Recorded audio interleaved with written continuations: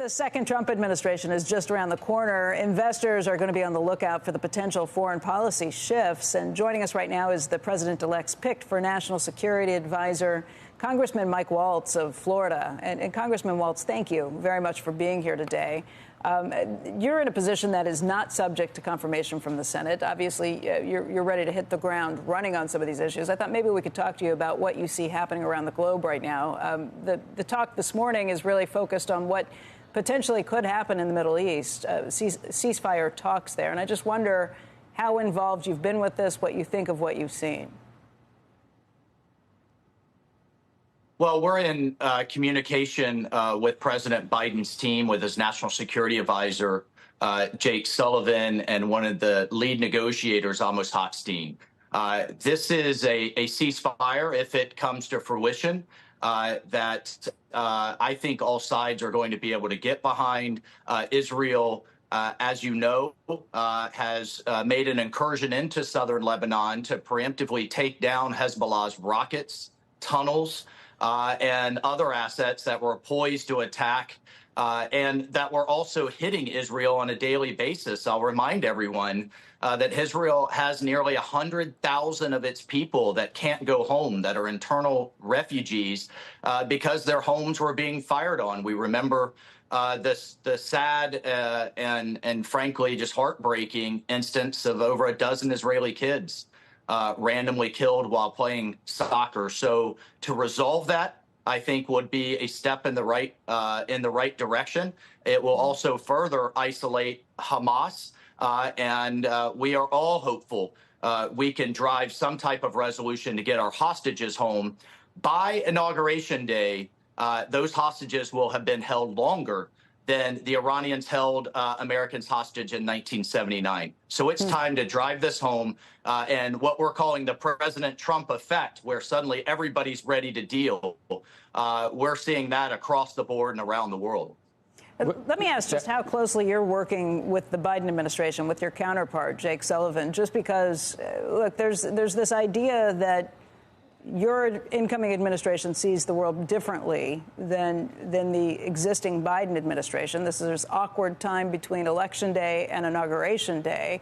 And there is definitely the feeling that the Biden administration is maybe making some changes and pushes in other areas, like allowing Ukraine to use some missiles that they hadn't allowed them to use to strike into Russia in the past. Is that stuff that has been done with talking to you all, or you think these are counter to the views that the Trump administration, incoming administration, will have? How do you see this playing out? Well, in that particular instance, we had not spoken yet, so we were not informed of that decision, but we have since.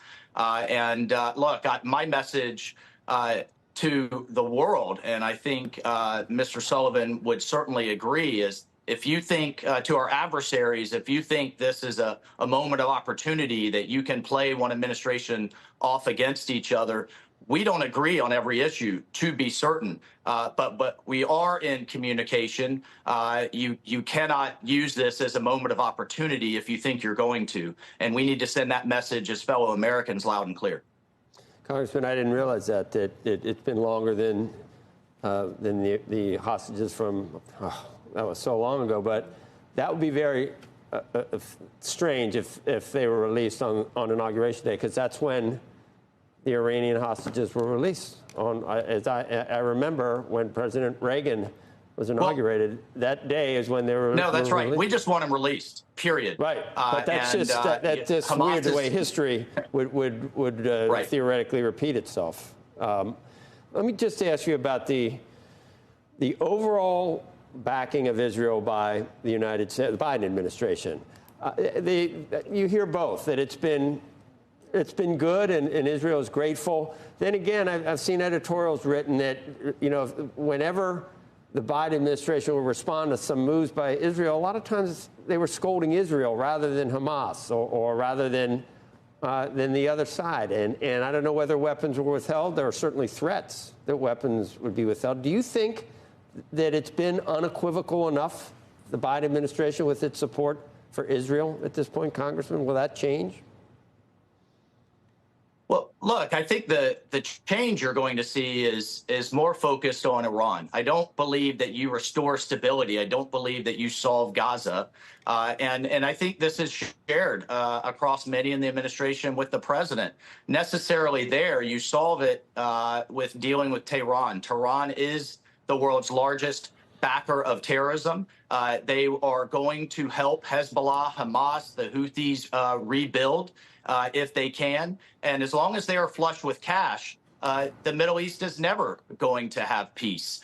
Iran doesn't want the Middle East to be in peace. They don't want a two-state solution. Neither does Hamas, for that matter. So there will be a shift. The president has been very clear about that. He was very clear in his first term in exerting maximum pressure on Iran until they're ready to come to the table from a very different perspective than they did with the Iran deal.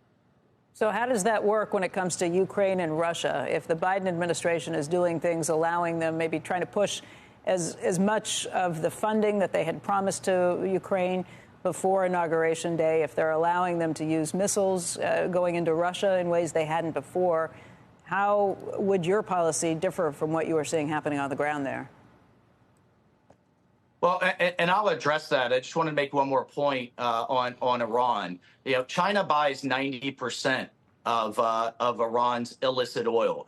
You know, just roughly 2017, 2018, they were exporting 4 million barrels per day. By the end of Trump's first administration, it was down to around 400,000. So I think we'll be having some conversations with China about those purchases. But again, going back to that full maximum pressure, not only will help stability in the Middle East, but it'll help stability in the Russia-Ukraine theater as well, as Iran provides ballistic missiles and literally thousands and thousands of drones that are going into that theater. So that is a key. The Middle East is also a key component to resolving the Russia-Ukraine conflict. Look, the president has been crystal clear that he sees this conflict in Russia-Ukraine as needing to come to an end.